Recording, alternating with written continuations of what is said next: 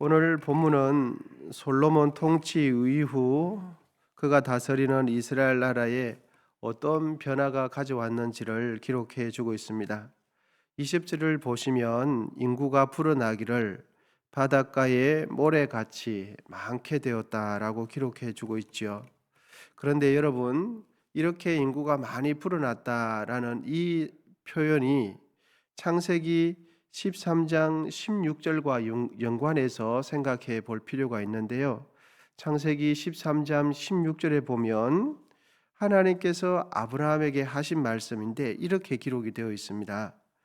내가 내 자손이 땅에 티끌 같게 하리니 사람이 땅에 티끌을 능히 셀 수 없을진데 내 자손도 세리라. 이런 말씀이 있습니다. 그러니까 티끌같이 많게 되리라는 그 아브라함의 약속과 또 오늘 본문에 보면 바닷가에 모래같이 많게 되었다라는 표현들이 거의 같은 식의 표현인 것을 확인하실 수가 있고요. 그리고 본문 21절 상반절에 보면 솔로몬 왕 통치 당시 이스라엘 나라의 모든 영토의 경계선을 기록해 주고 있는데 21절 상반절에 보면 이렇게 기록이 되어 있죠. 솔로몬이 그 강에서부터 블레셋 사람의 땅에 이르기까지와 애굽 지경에 미치기까지 이런 표현이 기록이 되어 있습니다. 구약에서 그 강에서부터라는 이런 표현, 그 강이라는 이런 표현들이 자주 등장하는데 대부분 그 강이라는 구약에서의 표현은 어느 강을 이야기하느냐 하면 유프라테스 강을 이야기합니다. 그렇게 볼 때 솔로몬 왕 당시 이스라엘 나라의 영토의 경계는 유프라테스 강에서부터 애굽 강까지였다는 것을 확인하실 수가 있습니다. 그리고 이스라엘 영토와 관련해서 하나님께서 창세기에 보면 아브라함에게 또 이렇게 예언적인 말씀을 해 주시는 것을 창세기 15장 18절을 통해서 확인하실 수가 있는데요. 이는 하나님께서 아브라함에게 그의 후손을 통해서 얻게 될 나라의 영토를 말해 주셨습니다. 그 내용도 읽어드리면 이렇습니다. 그 날에 여호와께서 아브라함과 더불어 언약을 세워 이르시되 내가 이 땅을 애굽 강에서부터 그 큰 강 유프라테스 강까지 내 자손에게 주노니. 아브라함이 하나님께 이렇게 약속받았던 그 땅의 경계가 솔로몬에게 그대로 성취되고 있는 것을 확인할 수가 있습니다.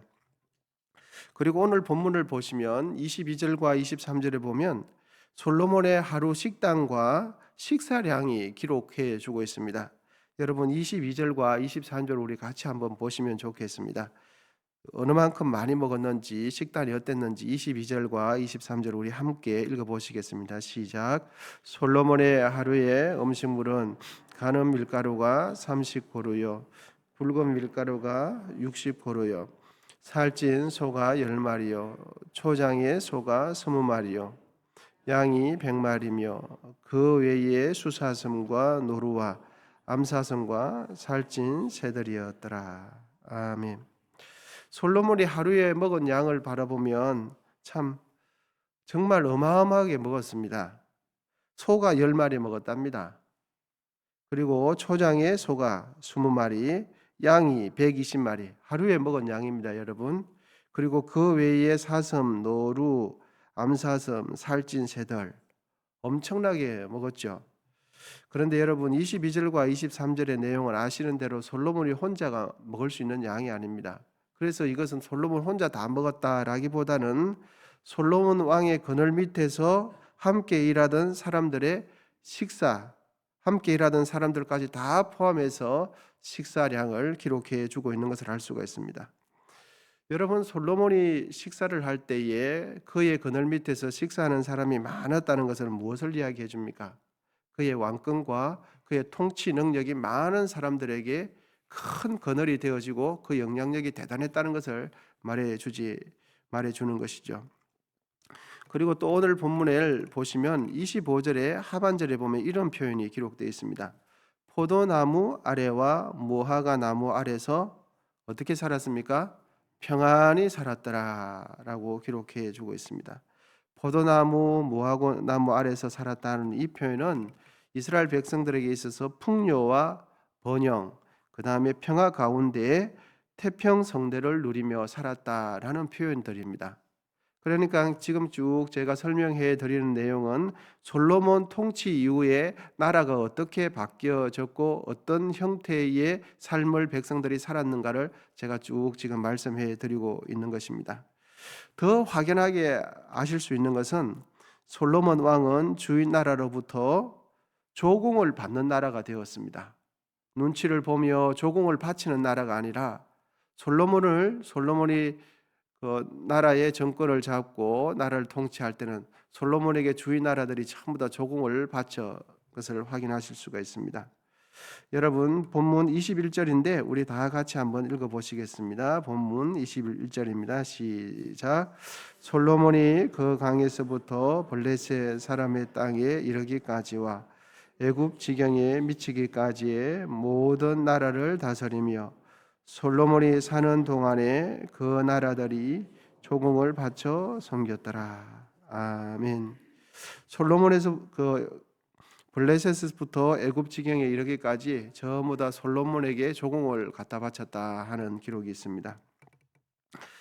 우리가 지금까지 살펴본 내용 즉 솔로몬 왕에게 나타난 모든 좋은 결과는 살펴본 대로 하나님께서는 왜 이렇게 솔로몬 왕에게 이런 나라가 잘 되고 땅을 넓게 하셨으며 조공을 받는 나라로 하나님께서 허락하신 것입니까? 누구와 맺은 약속 때문이겠습니까? 그렇습니다. 솔로몬이 아주 정치를 잘했다라기보다는 그의 우대의 조상인 아브라함과 맺은 약속을 하나님께서는 잊지 아니하시고 그 아브라함과 맺은 약속을 이제서 수대에 걸쳐서 솔로몬 왕에게서 그 약속을 성취하는 것을 우리가 확인할 수 있습니다. 여러분 오늘 본문에 나타난 하나님은 어떤 하나님이십니까? 하나님은 한번 약속하시면 그 약속하신 바를 신실하게 지키시는 하나님입니다. 여러분 우리가 믿는 하나님이 그런 분이십니다. 우리가 섬기는 분이 그런 분이세요. 하나님께서는 말씀만 하시는 분이 아니시고 말씀하시면 어떻게 하십니까? 그것을 지켜 행하시는 분입니다. 우상은 코가 있어도 눈이 있어도 숨 한 번 쉬지 못하는 것이 우상입니다. 여러분 돌을 예쁘게 깎아놓고 마치 진짜 참 수년 동안 공을 들여서 입을 만들어 놓고 콧구멍을 뚫어놔도 숨 한 번 쉬지 못하는 것이 여러분 우상입니다. 입을 만들어 놓는데 말 한 번 뻥끗하지 못하는 게 가짜 우상입니다. 그런데 하나님은 어떤 분이십니까? 말씀하시는 분입니다. 하나님은 말씀하신 분이에요. 그리고 그 말씀하신 분을 하나님께서 어떻게 하십니까? 지키시는 분입니다. 말씀하시는 것을 상황이나 시대에 바뀌었음에도 불구하고 지켜낼 수 있다는 것은 하나님께서는 능력이 있으신 거죠. 우리가 어떤 부분에 있어서 잘할 때는 능력이 있을 때는 이런저런 제시를 해봅니다. 이것도 해주구마 저것도 해주구마 이것도 해줄 수 있을 것 같다고 이야기해 주지만 상황이 안 되면 여러분 어떻게 됩니까? 못 해주는 거죠. 왜냐합니까? 능력이 없기 때문입니다. 그런데 하나님께서는 참 놀랍게도 한번 말씀하신 것은 어떠한 상황이 되었든지 행하시는 분입니다. 여러분 하나님은 말씀하시는 분이요 그 말씀하신 것을 이루어 성취하시는 분이십니다. 그런데 사람이 좀 풍족하고 넉넉하게 되면 그 주인이 기르는 가축들 역시 어떻게 하게 됩니까, 여러분? 가축도 넉넉하게 먹게 되는 것입니다. 가축들도 역시 꼴을 풍족하게 먹게 되는 것이죠. 솔로몬이 다스릴 때 가축들이 얼마나 풍족하게 먹었는가를 보면 28절을 보면 아실 수가 있는데 또 그들이 각기 직무를 따라 말과 준마에게 먹을 보리와 꼴을 그 말들이 있는 곳으로 가져왔더라. 말에게까지 꼴을 가지고 와서 말이 고생하지 않을 정도로 꼴을 쭉 가져와서 그렇게 먹였던 것을 알 수가 있습니다. 솔로몬이 하나님께 복을 받아 풍족하게 되는 것은 매우 좋은 현상인데 그런데 여러분, 어딘가 모르게 솔로몬에게 타락의 어두운 그림자가 점점 드리워지는 것을 확인하실 수가 있습니다. 지금까지는 솔로몬이 굉장히 복을 받고 하나님 앞에 은혜를 받은 것을 기억할 수가 있는데, 이것과 함께 맞물려서 솔로몬 인생 가운데에 점점 타락해 가고 있고 그가 영적으로 어두워져 가고 하나님과 멀어져 가고 있는 것을 오늘 본문을 통해서도 확인하실 수가 있습니다. 여러분, 본문 28절을 자세히 보시면, 우리 28절 다시 한번 읽어 보시겠습니다. 시작.